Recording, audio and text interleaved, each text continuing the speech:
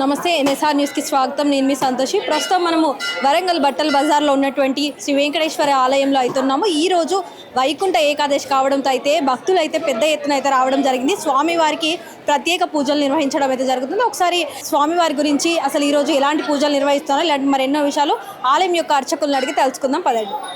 ప్రస్తుతం మనతో పాటు ఆలయం యొక్క అర్చకులు మనతో పాటు ఉన్నారు. ఒకసారి వారితో మాట్లాడదాం.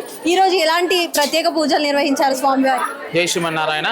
ఈరోజు ముక్కోటి ఏకాదశి సందర్భంగా ఉదయం 3 గంటలకు సుప్రభాత సేవ, 3:30కు సేవాకాలం నివేదన జరగడం జరిగింది. ఉదయం 5 గంటలకు ఉత్తర ద్వార దర్శనం ద్వారా స్వామివారికి భక్తులు అనుగ్రహించడం జరిగింది. ఉత్తర ద్వార దర్శనం అయిన తర్వాత పల్లకి సేవ నిర్వహించడం జరిగింది. తదనంతరం అర్చనలు మిగతా దర్శనాలు ఇవ్వడం జరుగుతుంది. ఈరోజు స్వామివారికి ప్రత్యేకత ఏంటి? వైకుంఠ ఏకాదశి అంటే ఏంటి అసలు? ఈరోజు వైకుంఠ ఏకాదశి అంటారండి.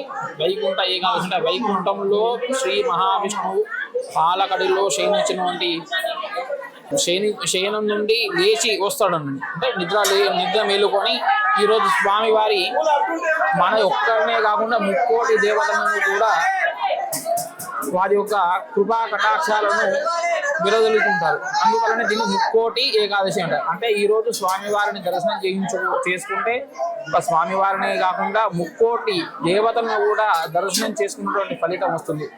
అందువల్ల ఈ దర్శనం చేసుకోవడం వల్ల మోక్షం అనేది కంపల్సరిగా మనకు చెందుతుందని ప్రసిద్ధి. అందువలన ముక్కోటి ఏకాదశికి ఉత్తర ద్వార దర్శనం చేయడం జరుగుతుంది.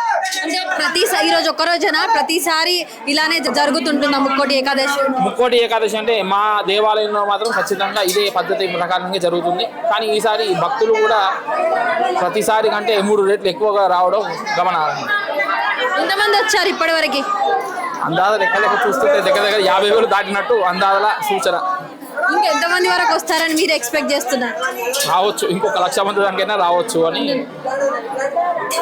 సో మరి విన్నారు కదా, దాదాపుగా ఇప్పటి వరకు అయితే 50,000 వరకు భక్తులు అయితే వచ్చి దర్శించుకున్నారు. అంతేకాకుండా వైకుంఠ ఏకాదశి అంటే దేవతలందరూ కూడా ఈరోజు స్వామితో పాటు దర్శనం ఇస్తారంటూ కూడా, అందుకని ఈరోజు ప్రత్యేకమైన రోజు అంటూ కూడా ఆలయం యొక్క అర్చకులు అయితే చెప్పడం జరుగుతుంది. కెమెరామెన్ తరుణ్తో సంతోషి, ఎన్ఎస్ఆర్ న్యూస్ వరంగల్.